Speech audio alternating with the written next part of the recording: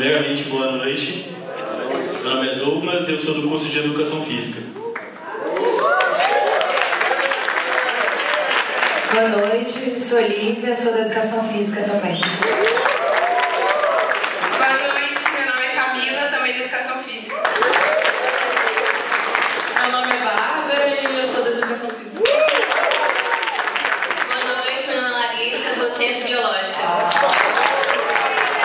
Boa noite, meu nome é Carol, sou de Ciências Biológicas. Boa noite, meu nome é Débora e eu estou no ensino médio. Boa noite, meu nome é Diana, eu também estou no ensino médio. Boa noite, podem me chamar de Zé, eu sou aluno de Ciências Contábeis. Boa noite, meu nome é Lucas, eu também sou de Educação Física. Boa noite, meu nome é Leonardo, eu sou de Artes Plásticas.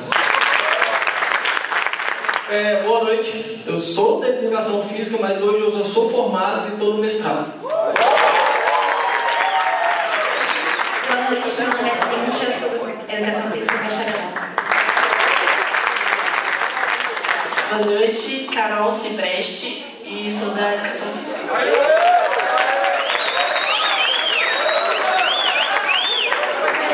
Boa noite, meu nome é Thiago e eu sou da Educação Física também.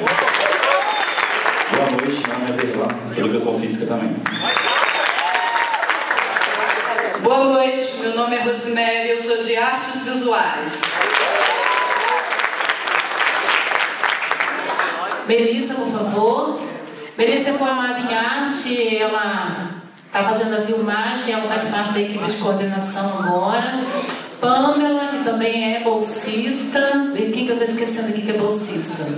Os bolsistas do Fordão à frente, um minutinho. Douglas, Léo, Lucas, Derlan. Na verdade, o Léo não é bolsista, ele é sócio fundador da companhia de dança do Fordão.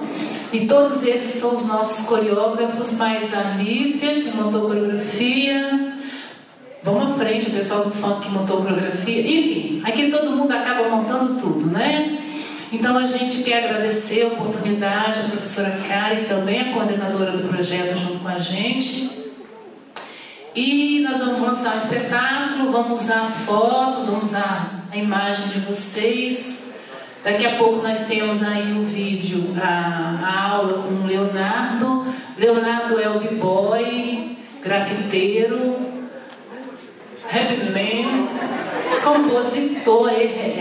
Foi ele que fez o último rap que vocês ouviram. A gente também está lançando o rap do Leonardo. E muito obrigada. Então vamos para o nosso forrozinho, que é intervalo, não é isso, professora? Só o forró, DJ!